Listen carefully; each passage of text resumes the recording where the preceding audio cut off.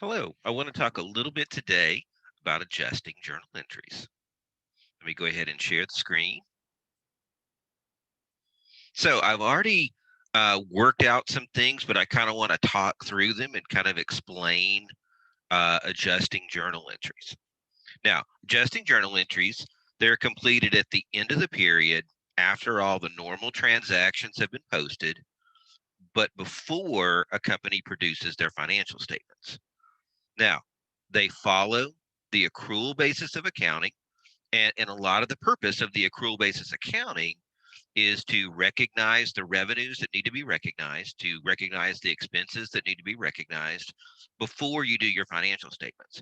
So they're setting the expenses and revenues correctly in order to have better financial statements or more accurate financial picture of the performance of the company. Now, there's some rules with the adjusting entries.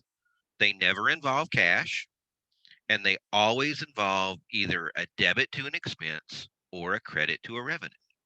And again, it goes back to their purpose is setting the financial, or basically correcting or setting the revenue and expense accounts to where they should be in order to have more accurate financial statements.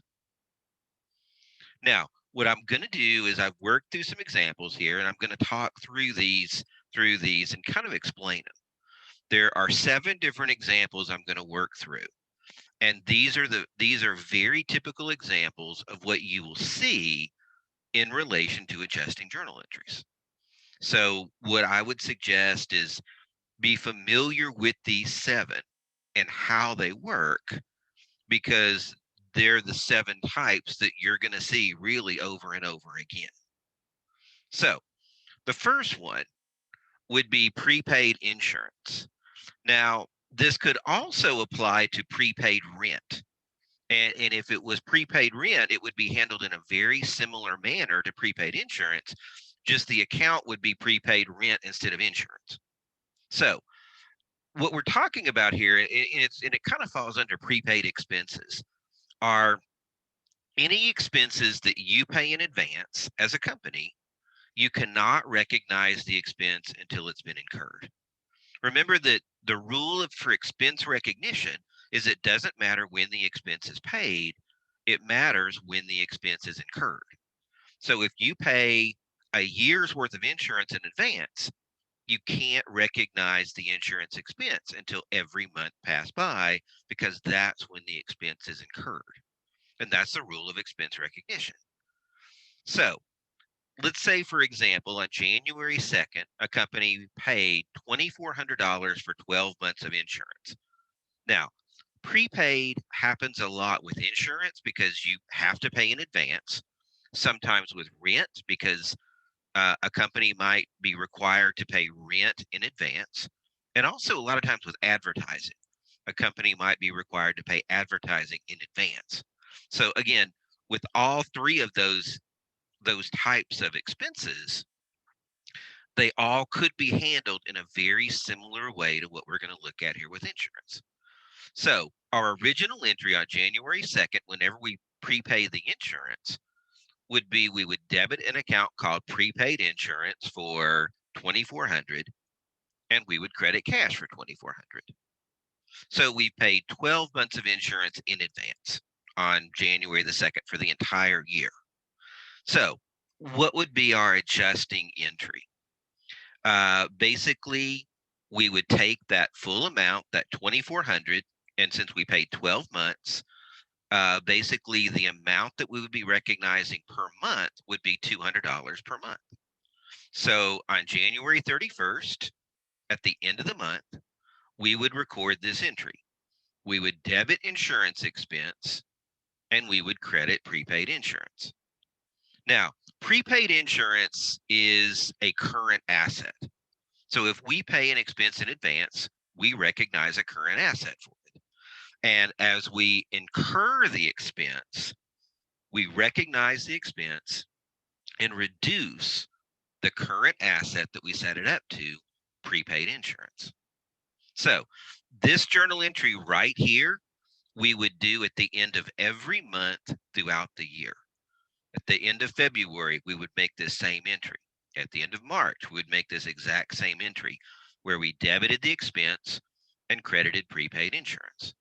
And again, like I was saying earlier, if this were rent, it would be prepaid rent and rent expense. We would do basically the same thing. If it was advertising, it'd be prepaid advertising and advertising expense. It would be handled the exact same way as what you see here.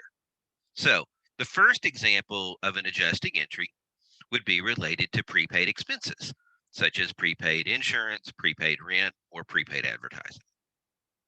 Now, the second one deals with supplies. And supplies might be office supplies or factory supplies. They're different things that you would buy depending on if it was for the office or for the plant, that you would use to support what you're doing. And so, basically, um, our original entry, let's say that we purchase $1,000 worth of supplies. And so we purchased $1,000 worth of supplies. Our initial entry would be that we would debit supplies and we would credit accounts payable. Typically, purchases like this are made on account.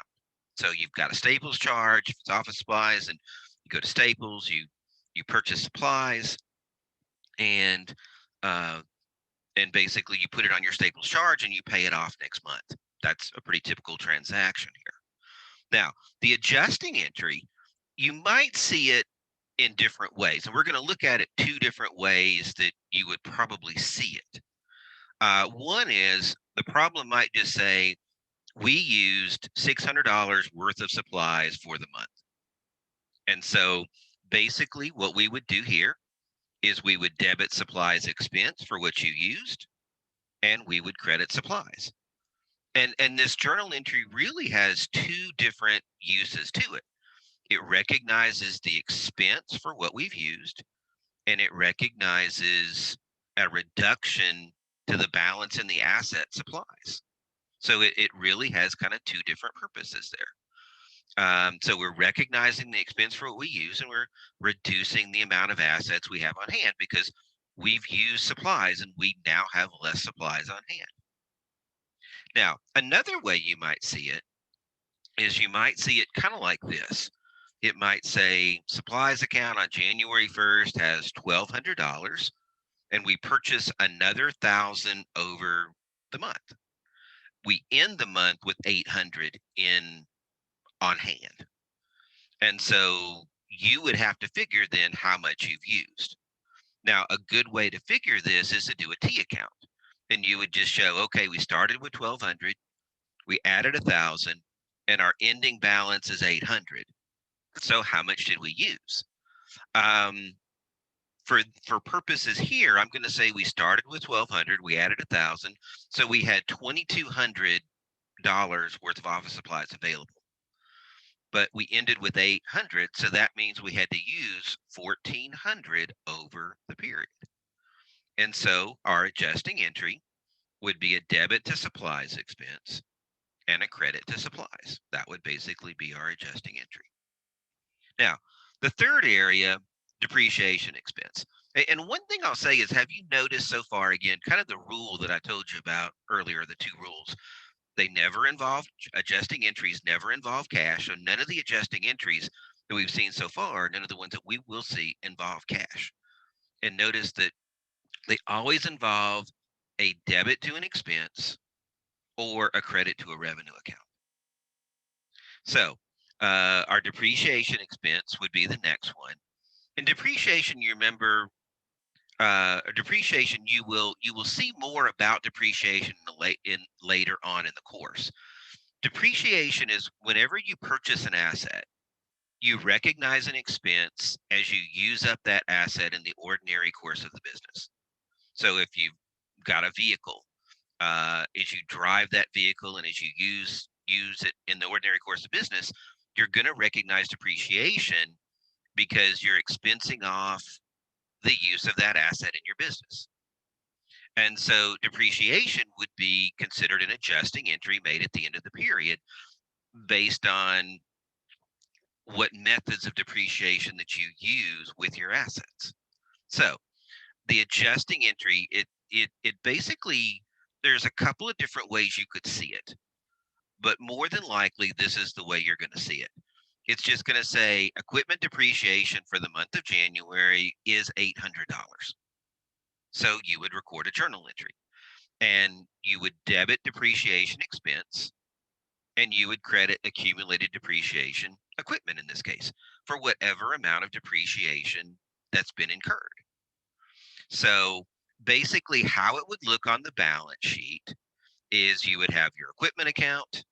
If we've gone through 1 month of depreciation, then you would have accumulated depreciation equipment for 800, and then you would have a book value, which would be the difference between the cost of the equipment and the current level of accumulated depreciation that you've incurred. Now, one thing I'll say about depreciation is that this entry, if most companies use straight line depreciation. And if you're using straight line depreciation, you figure the amount of monthly depreciation up front, and then the amount would be the same as long as you've got the asset. So more than likely, this same entry for depreciation would be made every month you have the asset, because straight line depreciation would be used. That's the most common one that's used. Now, other thing I'll say is accumulated depreciation here. This is what's known as a contra asset account, and depreciation is recorded to this account and it builds up over time. Now, one of the reasons that you do use accumulated depreciation versus basically just doing a journal entry that affects the asset account is because by doing this, you're better able to get the age of the asset or see the age of the asset. So, for example, in this case, you could tell that this is a very new asset. You could tell that the cost was 40,000. You could tell that they had a very small amount of depreciation has been recognized, and the book value is very close to the cost of the asset. Now, if we only showed the asset and we only showed the asset at 39.2, we could not tell if it was an $80,000 asset that's been half depreciated, or if it's a $100,000 asset that's been mostly depreciated. We could not tell that by the information that's presented.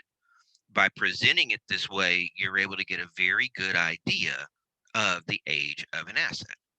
The main thing here is just realize that depreciation is an expense related to using assets in the ordinary course of your business, and that the journal entry you're going to recognize for the adjusting entry is going to be a debit to depreciation expense and a credit to the accumulated depreciation for that account. Now, unearned revenue. Unearned revenue, this is the first revenue type adjusting entry that we've looked at here. The others have been expenses. Unearned revenue, what it is whenever you receive money in advance from a customer, you cannot recognize the revenue until you've completed your part of the deal. So if a customer pays you in advance, you cannot recognize the revenue until you've completed the job for that customer. That is the rule of revenue recognition, and that's part of the accrual basis of accounting. And that is you recognize revenues when it's earned, not when you're paid. So if you receive any money in advance, the original journal entry would look like this. Let's say that a company receives a $2,000 deposit for a job on January 2nd. How they would recognize that entry is they would debit cash and they would credit unearned revenue for that amount. They debit cash because they've received the cash. And this is the original journal entry that we made, not the adjusting journal entry. And then they would credit unearned revenue. Now, unearned revenue is a liability account. And you can kind of think of it along these terms. If you accept payment from a customer in advance, you now have a liability to fulfill your end of the deal. And so we would debit cash, we would credit unearned revenue. Now, the adjusting part of it, let's say the job was completed on the last day of the month, on January 31st. Our adjusting journal entry would be that we debit unearned So basically, by debiting unearned, we're clearing it out of unearned revenue. And then we recognize the revenue. So anytime we receive payment in advance, we set it up to unearned revenue. Whenever we complete that job and earn the revenue, we take it out of the unearned and we recognize the revenue. That would be the adjusting entry portion right here. And again, the adjusting journal entry has a credit to a revenue account. Now, accrued salaries expense right here. Accrued salaries expense, what this relates to, and I'm going to go down here a little bit, show the whole thing. Accrued salaries expense, what this relates to is, again, one of the things that you're looking at with adjusting entries, and it kind of goes along again with the accrual method of accounting, is you're looking at matching expenses and related revenues. So if you have employees that work during the month, you want to get, or during the period of time that you're recognizing revenue, you want to get that expense of salaries on the books to match up with the revenue that you're recognizing. So you want to match expenses and revenues. Now, the adjusting journal entry, it might come to you in two ways. So I'm going to do a couple of examples of how it might come to you. One might be you're simply told how much unpaid salaries are out there at the end of the month. So let's say, for example, a company has $3,000 of unpaid salaries at January 31st. The employees have worked, but they're not going to be paid till sometime in early February.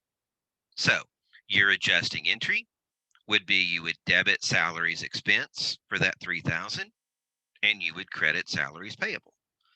This adjusting entry goes ahead and recognizes the expense for what those employees have worked up to the end of the month, from the last payroll to the end of the month. Once they are paid in the next month, they will clear out the payable and won't have to recognize this expense since it's already been put on the books. But again, it makes sure that within a period that you're reporting revenue, you're recognizing all of the related expenses related to earning that revenue. Now, another way you might see this is company payroll is 10,000 per week and it's paid every Friday, a Monday through Friday work week, so 5 days. And so January 31st falls on a Wednesday with a payroll on Friday, February the 2nd. So if you wanted to determine your adjusting entry, you would take the weekly payroll, 10,000, divide it by 5 days. You'd get 2,000 per day, and you'd take that times 3 because Wednesday's the end of the month. So the employees would have worked Monday, Tuesday, and Wednesday, 3 days, and take that times 2,000 per day, you would get $6,000. So $6,000 would be the adjusting entry that you would need to recognize for payroll expense. So your adjusting entry would be a debit to salaries expense and a credit to salaries payable. And then that payable would be paid off or cleared out with the payroll that would be paid on Friday, February the 2nd. Okay, now another one you're going to see on occasion is accrued interest expense. Now, remember, interest is basically what you pay for borrowing money. You know, it's an extra fee that you pay to borrow money. And so let's say a company takes out a 6-month note for $10,000 on January 1st with an interest rate of 12%. They're going to pay it back on July the 1st, 6 months later. The principal plus the interest. Now, the original journal entry on January 1st to record the note itself would be that the company would debit cash and they would credit a note payable.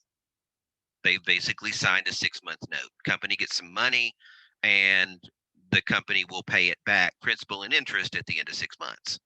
A lot of companies do things like this.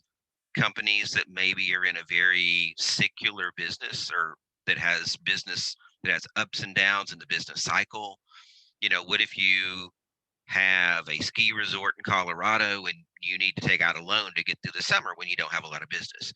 or you have a golf course in Minnesota, you need to take out a loan for the winter that you don't have a lot of business. Some businesses, just by the nature of their business, are very secular in nature. So sometimes they have to take out a loan. They pay it back once their business season hits and they start doing more business. Now,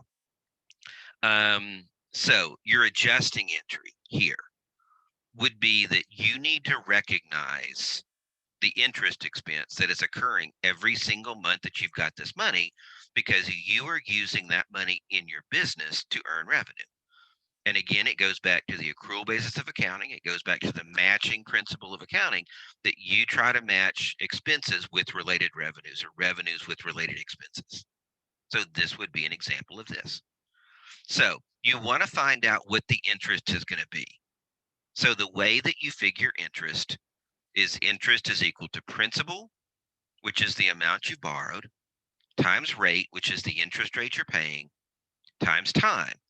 And time is always based on 1 year.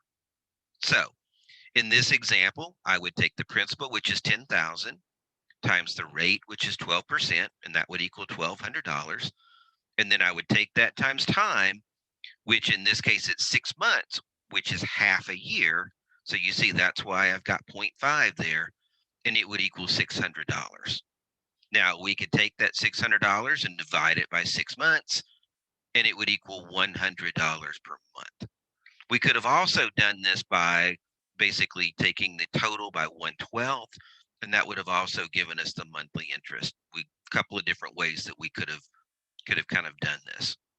So our adjusting entry as of January 31st would be basically a debit to interest expense for $100 and a credit to interest payable for $100.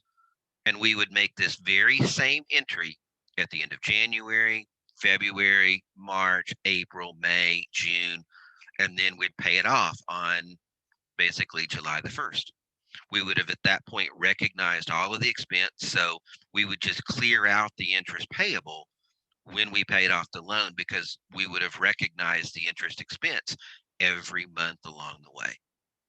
So this is kind of an example of how you would see accrued interest expense as an adjusting entry. Now, the last example, and this is probably the easiest one of all, would be accrued revenue. And how accrued revenue works is that typically companies try to complete as many jobs as they can within a period, because once they complete the job, they can recognize the revenue. And so there's a lot of times a rush, and sometimes a job might be completed, at 10 o'clock at night on the 31st.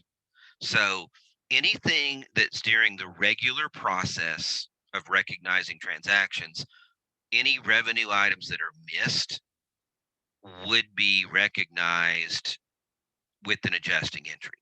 So if something's completed at 10 o'clock after the office is closed on the last day of the month, we would do an adjusting entry to go ahead and get that revenue on the books.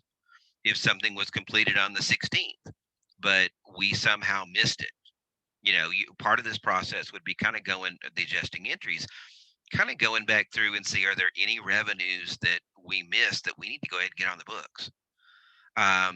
And so an example of this would be a company completes a job for a customer, let's say on January 31st, maybe 10 o'clock at night for $3,000.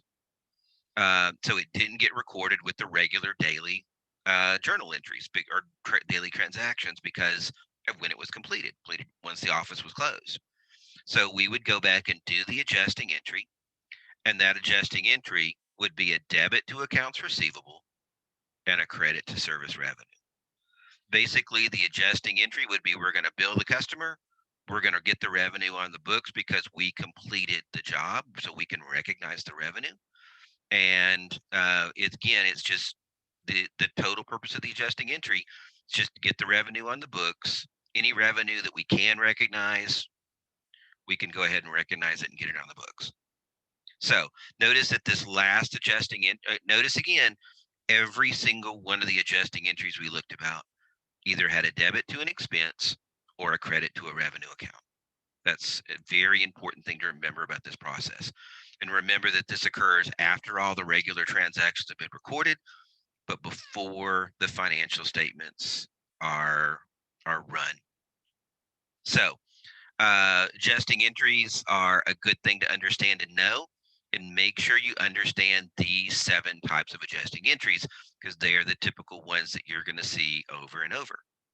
So have a good day, have a good rest of the week, and take care. And that is all I have for adjusting entries.